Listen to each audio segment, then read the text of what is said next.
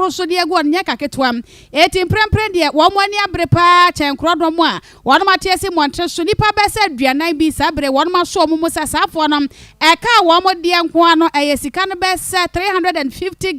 Ghana cedis a chese enya se me so ade kwa kan sika no mu a na chese 3.5 billion old cedis no sa nipa be se aduanan yi a won ma ye illegal connection o ka won ma bro so ade ego nti enei ni mprempren de sabre safo no ECG adwumako ni kyerem se wonum sa akawai ye kwa homa no so ne ani amane bo for Benjamin A do senior Ben ye ne no atwe nkomom e de afa ensemi de aka kyere ho senior me ne atiefo mo ha.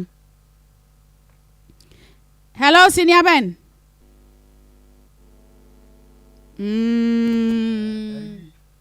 San friend mrana owo ya ba ahimo nti enipa aduonu no ma kye wo mo o ma nim nie nipa sa Akuma FM 87 say sabe kana na illegal ne de nsanka say de nkofo bi no ma hwe no afa no omanim na ba omuni nipa na isi o ma kye wo mu no o ma kye wo mu no say 40 no mo kyerem so o ma ye but say de 20 era say o mo sa aka wo mo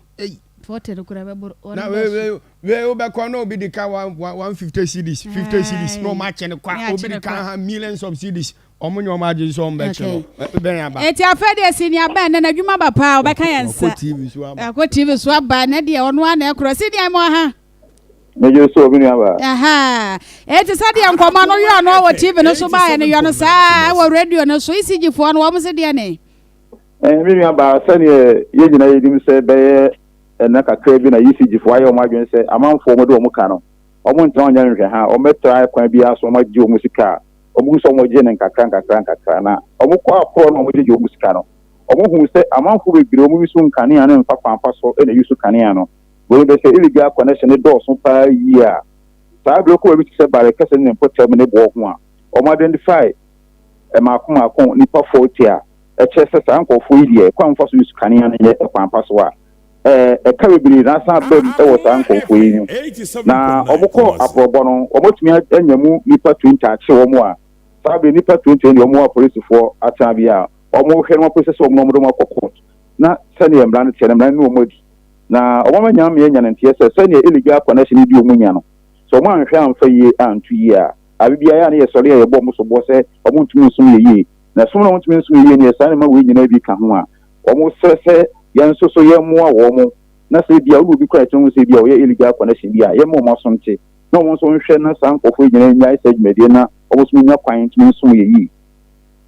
eti sani padio no ya wodi amane egbato yanim sa ECG fo achi omo no aya adwumakuo bi se bia adwumakuo bi ana ono ma ye illegalities na sa nkura ne wanhurum bia wotimo na why sa illegal connection wom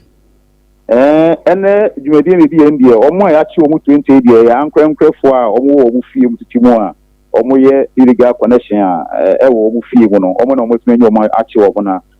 sani meni kama ya T40 ye no ya probo a omugusu omo ye a omo be kokọ bebiri em se omo call rounds no omo hu se institution bebiri ho no mo a omo so ye illegal connection se na nse mu kra no omo mi nya ntie se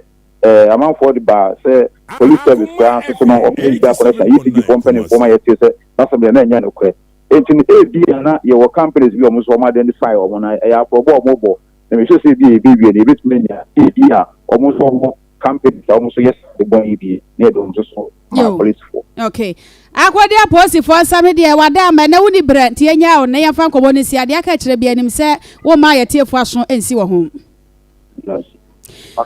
Senior Benjamin Edu wakasa wie ha na de wonye ni pato akra TV3 kakra onua kakra na chese ode akoma FM yeso de asom yen na kwame so aba TV show na editor so ko TV3